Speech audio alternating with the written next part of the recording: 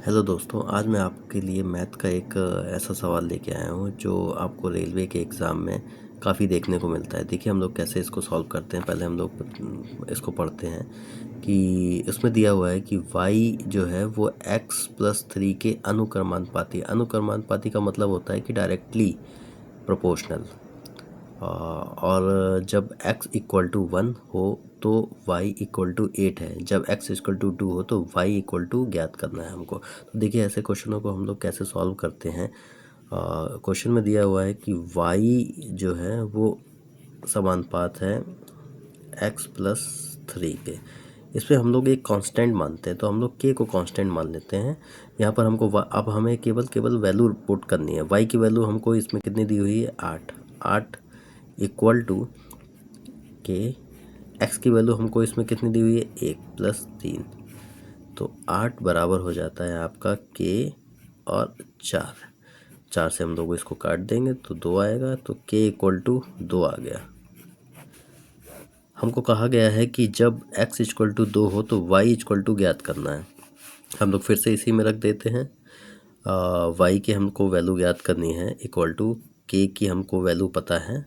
k की हम लोग वैल्यू 2 रख देते हैं और हम लोग सॉल्व करते हैं।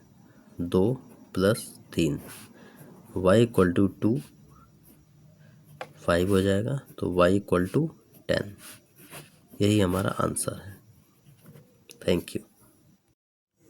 हेलो दोस्तों, आज मैं आपके लिए रेलवे का एक और दूसरा सवाल लेके आया हूँ जो आपको रेलवे के एग्ज़ाम में काफ़ी ज़्यादा देखने को मिलता है।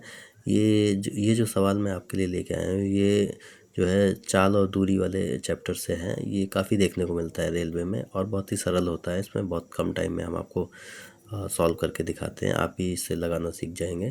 देखिए इसमें क्वेश्चन में बोल रहा है कि एक विद्यार्थी साइकिल द्वारा घर से स्कूल जाता है। यदि वह अपनी नियत चाल के 4/5 से चलता है तो 18 मिनट की देरी से पहुंचता है। नियत चाल से लगने वाला समय ज्ञात कीजिए। देखिए हमको एक सवाल क्वेश्चन में जो दिया हुआ है वो दिया हुआ है कि वह स्कूल से घर जाता है और नियत चाल के 4/5 से चलता है। तो नियत चाल का मतलब ये हो गया कि पहले उसकी कोई चाल रही होगी, उसके बाद वो अब जो प्रेजेंट में चल रहा है वो 4/5 से चलता है तो 18 मिनट देरी से पहुंचता है। तो इसमें एक फार्मूला यूज़ होता है, चाल बराबर दूरी बटा समय।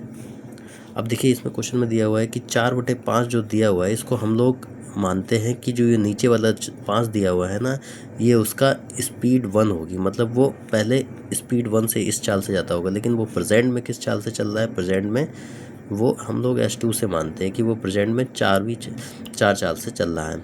अब देखिए बहुत ही सिंपल सा है इसमें फार्मूला।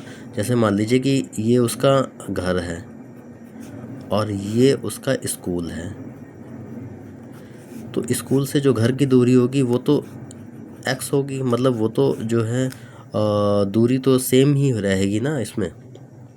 तो देखिए इसको हम कैसे सॉल्व करते हैं। तो 4/5 दिया हुआ है, तो इसमें दिया हुआ है कि 18 मिनट। अगर वो जैसे 5 चाल से चलता है तो वो अपने सही टाइम पे पहुंचता होगा, लेकिन अगर वो 4 की चाल से चलता है तो वो 18 मिनट लेट हो जाता है।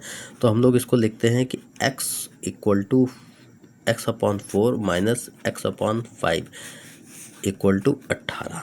अब हम इसका एलसीएम ले लेंगे। 20 एलसीएम आ गया, कुछ भी नहीं कट रहा है तो 20 एलसीएम आ गया। ये हो गया आपका 5x, ये हो गया आपका 4x इक्वल टू 18, ये हो गया x/20 इक्वल टू 18 और x इक्वल टू आ गया आपका 360।